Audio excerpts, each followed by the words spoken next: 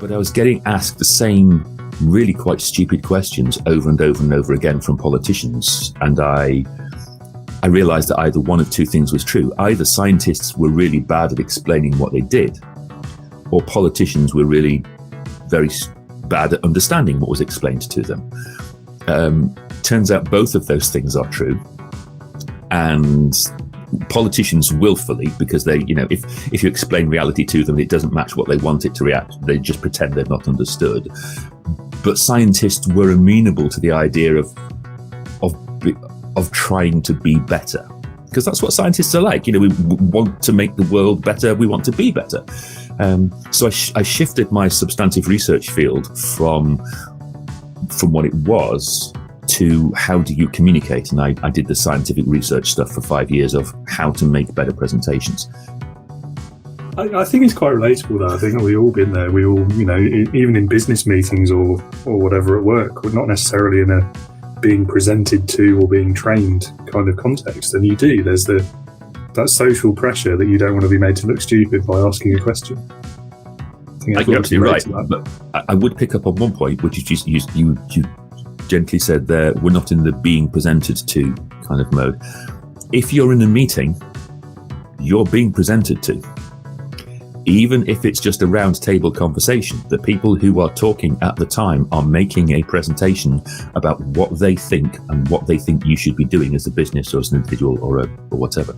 It may not be the standing at the front with the slides behind you presentation, but it is a style, a form of presentation.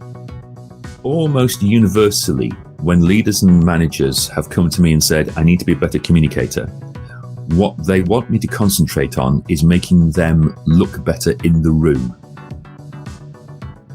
and being a better performer. I'm using the sense performer in a very, very general sense, so that people like and engage with their presentations and they feel good about it and everybody goes, great presentation, boss, loved it. But actually, here's a silly question. Would you judge a report by its choice of font? Is anybody, are you going to sit there in the font? I love this report, but I'm going to ignore it because it was written in Helvetica rather than Arial. And it was, of course, no, right. Some people might, I don't know. Some people might, but they would be shut against the wall when the revolution comes. So would you judge a presentation on how many jokes there were in it? Surely the only metric that matters as a manager is, did you have an outcome in mind? And if so, did you achieve it? Everything else flows from that. So it's not about being an engaging presenter. It is about being an effective, successful presenter. So it may be that your presentation is about the fact that the company is facing hard times and what you need to do about it. Well, making an engaging presentation about that is great, but if people don't turn off the lights, turn their computers off and do other money-saving measures, it's just been an hour's entertainment. What is the biggest leadership and management lesson that you've taken from your career so far, if you had to pick one? This also answers the question of what I'm most proud of in my company, which is that when I'm working, a lot of what we do is solo work. But on those few occasions when we are working together, nobody can tell who the boss is.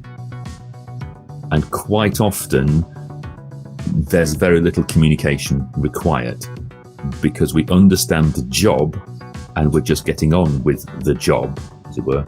And the only communication that's required is the literal tactical communication of where is the X, or can you hold Y, or that kind of thing. But the thing I'm most proud of in terms of the leadership role is that leadership passes around the team depending upon who is in the best position to be leader for that project, that task at that time. They were always the best of leaders. They got the best out of everybody because they asked what everybody could contribute to the big idea. And to be fair, that's not just them as leaders, that is the rest of us as followers, because we're doing that thing where we trust that their vision is what is necessary, and we choose to buy into that. Choose to buy into that vision. So almost always, when I say theatre directors, I don't mean literally the opera of the director of an opera, but the director of an artistic project. It could be a dance project or an opera or a play or so whatever. And these people are working under the most challenging of financial circumstances, and the most ridiculous of timetables, and the most obscene levels of pressure. Levels of pressure akin to football managers. If you lose if you lose 3 matches in a row, you get sacked as a manager. If you have 3 bum shows in a row, you're never going to work again, ever. So the pressure is really on these people. So I don't apologize for using non-business as an example of a business role model. They are working in circumstances that most businesses would regard as utterly intolerable.